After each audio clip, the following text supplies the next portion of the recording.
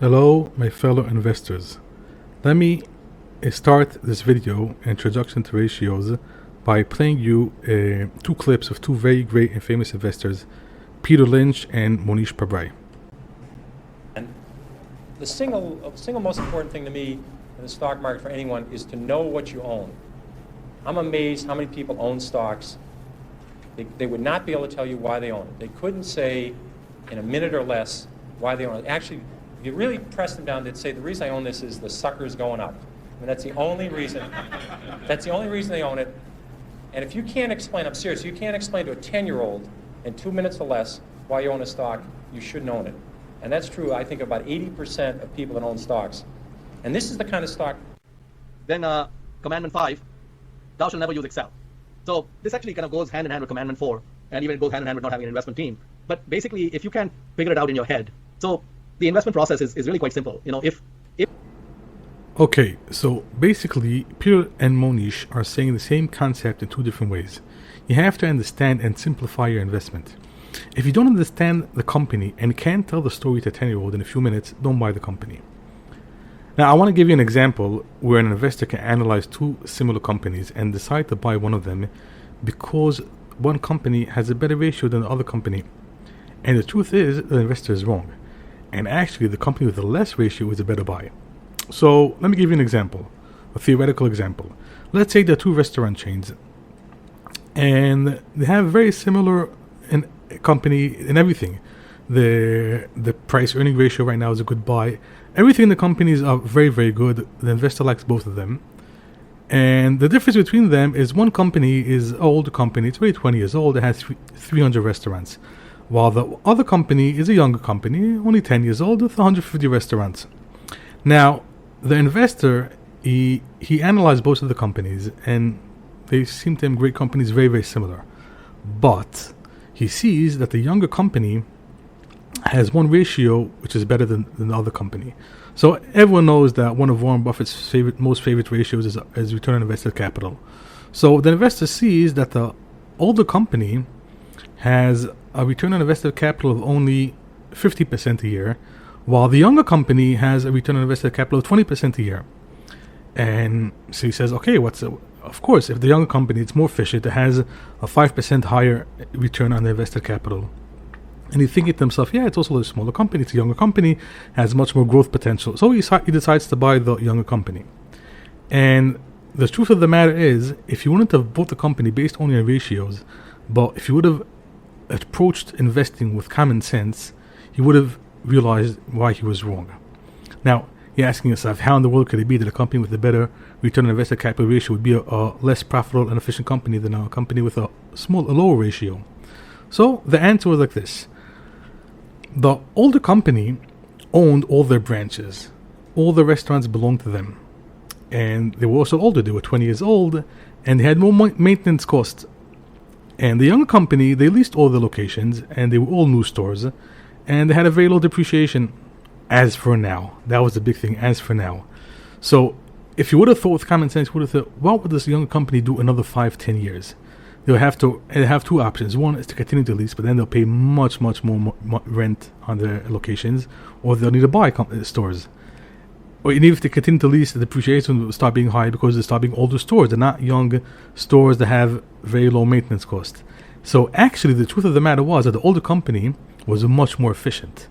But because all the places belong to them and they pay depreciation, and there was a high depreciation, so the return on invested capital was a smaller ratio, was a low ratio. But for the long run, the smaller company was less efficient, and only on the paper there was a higher return on invested capital because for now they had lower cost on the investment. But actually, the older company was more efficient. So this is just an example, a theoretical example. I'm not saying this is true. I'm not saying that's happened. So if you have to understand the investment, you have to think with your common sense, with your brains. If your approach to investing is only numbers, paper analysis, the way I like to call it, ratios, but you're not looking and thinking with common sense, well, ratios aren't everything. Yeah, if someone uses good ratios, he'll probably be better off than an average investor who doesn't use anything. But still, that's only a tool. It's not the actual greatness of a great investor isn't his ability to analyze ratios or his ability to analyze all these different kind of things. The great investors, they're great because they have very strong common sense and they understand things very, very good. And they know when this company looks bad and it's actually good, or the company looks good and it's bad. And you'll see all the great value investors, they're all smart people with a lot of common sense, and it's all for the same reason. Great investors use a lot of common sense, and they have a lot of common sense. So let me just give you a small analogy to finish up this whole thing. How I look at ratios. So a guy had a leak in his house, and he didn't know from where the water is coming from. So he opens up the phone book, he looks for a plumber, and he sees a plumber who's advertising that he has a very sophisticated equipment on finding leaks. Okay, so he calls up this plumber. The guy comes over, he's a young plumber, he looks 25 years old, he comes with all these fancy, expensive equipment, and he starts looking all over the house. And he's taking pictures from here and looking over here and the floor and on the wall and everything. Okay, after half an hour, the plumber tells him, okay, listen, I see in my equipment that you have water under your tiles on the floor and in the wall and near the roof. So I know that's where there is water. I don't know exactly where the leak is coming from. I'll need to drill a hole in the wall and in the roof and in the floor to find exactly where the water is coming from. It costs you $2,000. Okay, so the homeowner tells, let me think about it. Okay, so he decides to call a old plumber that he's 50 years already in the business. Okay, the old guy comes into his house. He looks at the floor. He looks at the wall. 10 seconds here, 10 seconds there. He walks out of the house. He looks at the roof and the top. He tells the owner, listen, I think your gutter is blocked, and that's the reason you have a leak. If you want like a fix it for $100, I think that's the reason for your leak. It took him exactly 20 seconds to decide where he thinks the leak is coming from.